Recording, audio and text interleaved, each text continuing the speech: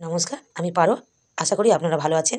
আজ আমি এই বাঁধাকপি মুচমুচে পকোড়ার রেসিপি আপনাদের সঙ্গে শেয়ার করব। চলুন তাহলে বাঁধাকপিটা আমি কেটে নিই। স্বাদ মতন লবণটা দিয়ে দিলাম এই বাঁধাকপির মধ্যে।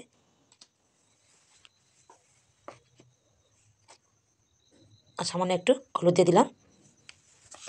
কাশ্মীরি লঙ্কার গুঁড়ো 1 চা চামচ দিয়ে দিলাম। আর আপনারা জোন দেবেন, আমি হাফ চা চামচ জোন দিয়ে দিলাম। জোনটা দিলে খেতে ভালো লাগবে এই পকোড়াটায়। দিয়ে আমি এই বাঁধাকপিটা ভালো করে মিক্সড করে নেব।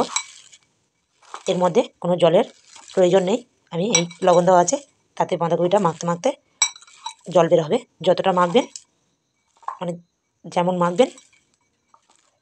মশলাটা আমার মাখানো হয়ে গেছে। আমি পেঁয়াজ কুচিটা দিয়ে দিলাম, আর লঙ্কা কুচিটাও দিয়ে দিলাম, আর ধনেপাতা কুচিটা আমি এর মধ্যে মানে বাঁধাকপির মধ্যে দিয়ে দিলাম। আর আমি 2-3 চামচ আমি বেসনটা দিয়ে দেবো বাঁধাকপির মধ্যে। পরিমাণ মতন দেবেন, বেশি হলে পকোড়াটা ভালো হবে না। আমি ফের একটু মাখিয়ে নেব। 3 চামচ বেসন দিয়েছি, আর 2 চামচ কর্নফ্লাওয়ার দিয়ে দিলাম। আপনারা চাইলে ময়দা ব্যবহার করতে পারেন। কর্নফ্লাওয়ারটা দেওয়ার কারণ মুচমুচে হবে, খেতে ভালো লাগবে, সেই জন্য আমি ভালো করে মিক্সড করে নেব। দেখেছেন, কোনো জলের প্রয়োজন নেই এখানে। ভালো করে মাখানো হয়ে গেছে। আমি 10 মিনিট রেস্টে রেখে দেবো।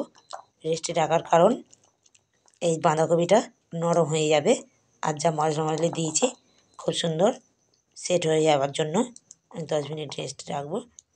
রেস্টের পরে ফিরে আসছি 10 মিনিট পরে। দেখুন, কড়াটা আমি তেল গরম করতে দিয়েছি, আর 10 মিনিট হয়ে গেছে।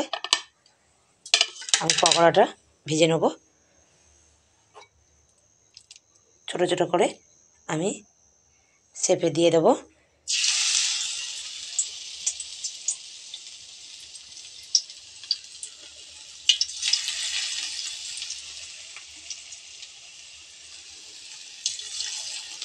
দেখুন, বাঁধাকপির পকোড়াগুলো আমার 1 পিঠ হয়ে গেছে। আমি উল্টে দেবো। আপনারা নরম আঁচে ভাজবেন, যেহেতু বাঁধাকপিটা জোরে দিলে পুড়ে যাবে, সেই জন্য নরম আঁচে ভাজলে ভিতরটাও কাঁচা থাকবে না, ভালোভাবে সিদ্ধ হয়ে যাবে। সেই জন্য নরম আঁচে ভাজবেন, তাতে ভালোভাবে পকোড়াটা তৈরি হবে। 1 পিঠ হয়ে গেছে, আমি উল্টে দিচ্ছি। এই দেখুন,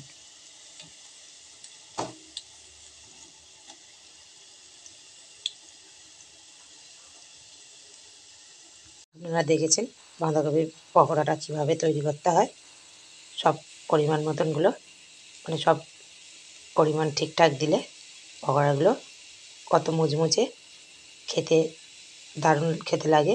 দেখুন, বাঁধাকপির পকোড়াটা আমার তৈরি হয়ে গেছে। এই দেখুন কত মুচমুচে হয়েছে, দেখুন। এই দেখুন, আপনাদের কেমন লাগলো কমেন্টে জানাবেন। আর যদি নতুন কোনো বন্ধু হন, তাহলে আমার চ্যানেলটা সাবস্ক্রাইব করে আমার পাশে থাকবেন।